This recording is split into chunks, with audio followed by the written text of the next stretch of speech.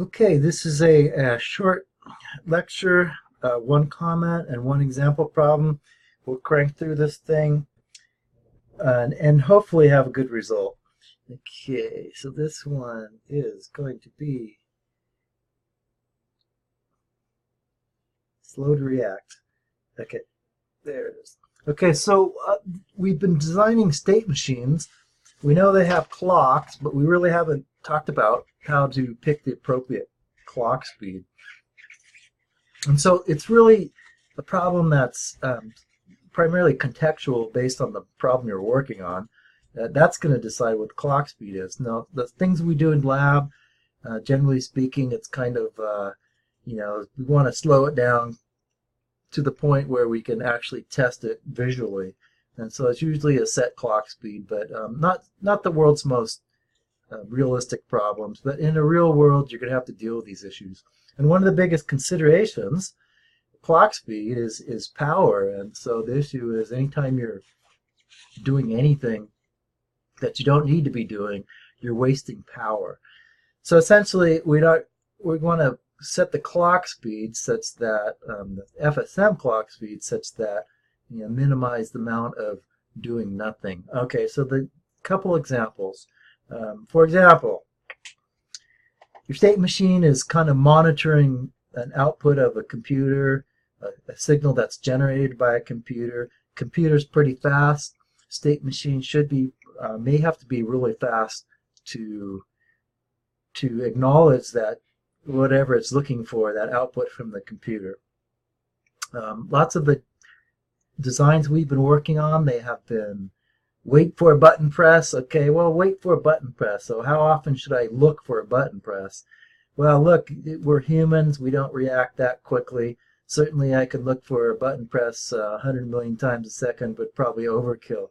So probably with a button press, I could probably get away with, I don't know, every 10th of a second, every 20th of a second. Much slower clock speed. And typically at that rate, depending on what circuit you're working with, you can actually power down parts of the circuit, wake the circuit up, check for what you need to check, and the power the circuit down again. That's kind of a stretch, but you'll see that in later classes. So that's kind of a medium rate speed, but think about something like a state machine that's controlling the water flow on a dam. And so, the water flow is not going to change that drastically. So heck, I don't know, clock speed of one clock cycle every 10 minutes, that might be fine. Might be fine once an hour for all we know. It's essentially, it's not going to change that fast. We don't have to have a super fast clock speed on that one. And so that's the thinking. Once again, if and when you get to the point where you're doing real problems, that's the kind of thought process you want to put into it. And once again, anytime you can, use a slower clock speed for general power consumption concerns, you slow the clock speed down. And so that's it on that one. So the next thing I want to do here is actually do a real world example, and this has to do with debounce. So every mechanical switch has a debounce issue. And it's totally weird, but God, you can see it in a circuit. You can look at it on a scope. It's really there. So no matter how slow you touch a button or a switch or that type of thing, if the contacts are mechanical, the contacts will bounce when before they go on. So if the switch is off and I want to turn it on, it's actually going to do some type of bouncing there before it turns all the way on. And so essentially the signal, one of the ways people describe this is the signal needs to settle. So I got to give it time to settle, because what happens is these bouncing signals in here may actually be noise that I don't want to consider. So what I want to wait for is that until that signal is stable, and then I want to look at it. So this is what you think you're getting. This is the ideal signal here, but this is what you're going to do is kind of ignore what's happening on this signal for a little time, and then at some certain time you're going to relook at that signal. If that signal is still in the up position, you're going to say that was a valid button press or whatever, and you're going to turn that on. Okay, so once again, every switch out there needs to be debounced, whether it be a hardware debouncer, which is what we're going to design in a second, or it needs to be debounced in software. Okay, and yeah, and so this is the last picture here. I actually stole this from 233. This is the one shot, and that's another issue, not a big deal for this problem. Okay, so this is our design problem. I'm going to shrink this thing. Shrink this thing somehow.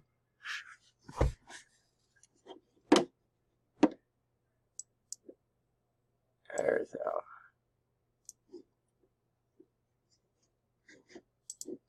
Yeah, that's okay. Okay. All right, so we can work in the top of the thing. This is to design a debouncer, and the idea here is I want to look at a signal, like a signal from a button or a switch or something like that, and when it turns on, I want to debounce it. And essentially, all that means is once I detect that switch goes on, I want to wait a while and then look again. So I'm going to wait a while and look again, and if that switch is on still after I wait a while, then I'm going to call that a valid button press, and then I'm going to send the signal along. Okay, so if the signal's off, I'm going to say that was just noise, and I will never turn the button on. So let's do this thing. The very first thing is to help you understand this. The very first thing we're going to do is draw a black box diagram of this thing.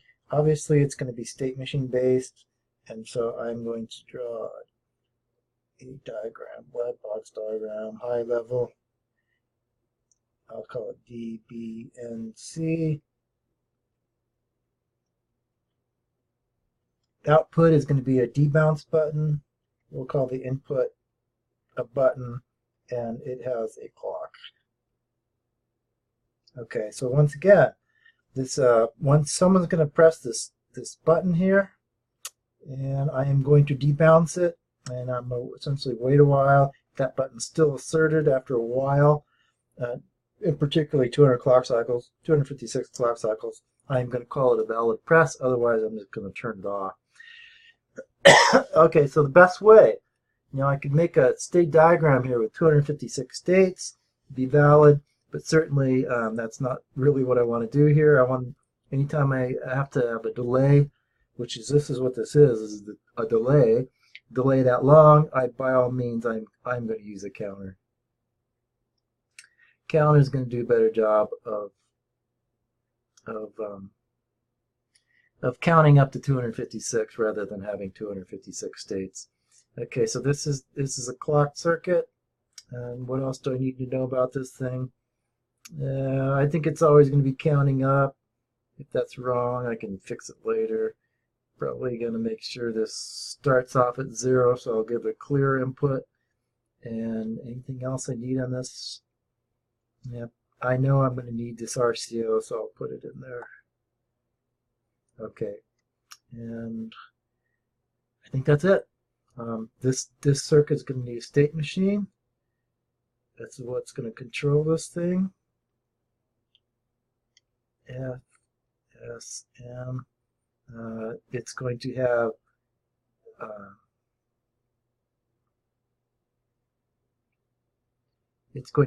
two outputs. One of them is the debounce button,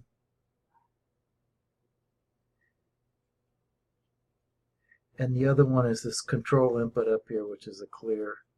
What's going to control this thing, it has a clock of course, is the input button. Okay, so this state machine is going to be waiting for a button press. When it gets a button press, it's going to clear this counter up here. It's going to wait for the counter to count out, time out with RCO. If the RCO is asserted, I'm going to check the button again. If it's still pressed, I'm going to call it a valid button press. If it's not pressed, I'm going to call it noise and quit. Okay, so let's do this thing. This is the first state. Wait. I know it's all based on a button press, so I'm just going to put that in there. Seems like a lot of the stuff we do is based on a button press. No surprise. Button, clear. If the button's not being pressed, and by all means, with the button's not being pressed,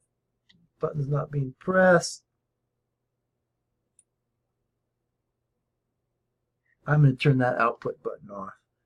Okay, so someone presses a button here. What am I going to do on this thing? Essentially, that means there's a button press. I got to prepare my delay on this thing, and so what I'm going to do is clear this counter, which of course means I'm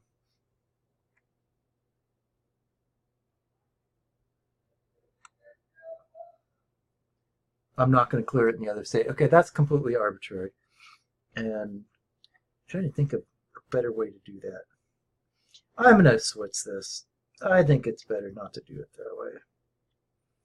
That's okay, you know, I can change this in the middle here. So what I want to do here, I'm just going to keep the thing cleared. And so what's going to happen here is I'm going to go to this next state here. I'm going to call it the count state. And what I'm going to do here is allow the thing to count, and I'll allow it to count by turning the clear off. And I guess I should put a node in this thing. I'm going to put say that clear has precedence.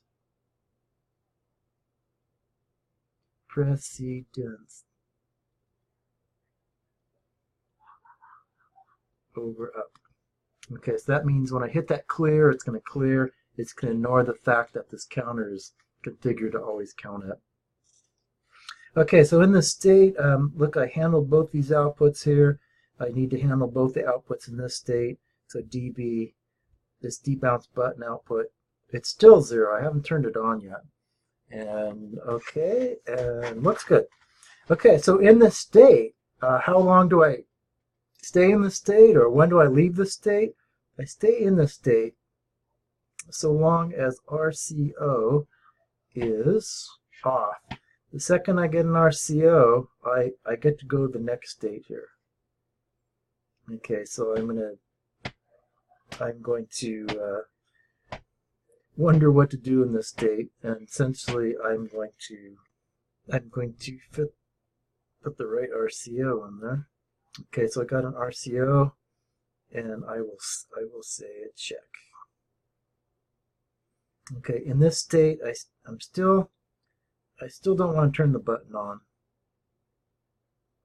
the debounce button. I'm going to wait a state. So it's still off. Clear, I guess clear is somewhat a don't care, but I'm just going to keep it clear. That's good enough.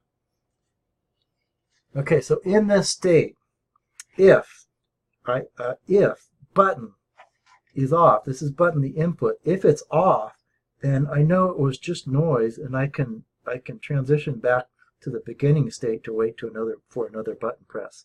Otherwise, the other issue here is if the button's on, this is an off. The button's on, I'm going to go into this, I don't know, on state. And I'm going to stay there for a while. I'm going to stay there until the button turns off. And what else do I need to handle here? I've got the button. Oh, dB, I have to turn the button on. dB, BTN. Okay, look, this is the button on state. The button has been off in the other state. I've counted through my delay here. The button was still on, so I'm going to turn it on, and I'm going to leave it on so long as that input button remains pressed. Once they unpress that input button, I'm going to call myself done and go back to the button off state. And I'm going to check through this thing. I think that's it on this thing. Probably clear. I don't need to put a clear in this thing. I'll just put it in for completeness. I believe it's a don't care, but I'll put it in for completeness. And that's it. That's this whole problem. This is a really valid circuit. I've actually implemented like more than one of these using this type of approach exactly. Yeah, counter. I certainly don't want to put in 256 states in this thing. And gee, I think that's all on this problem. Good luck.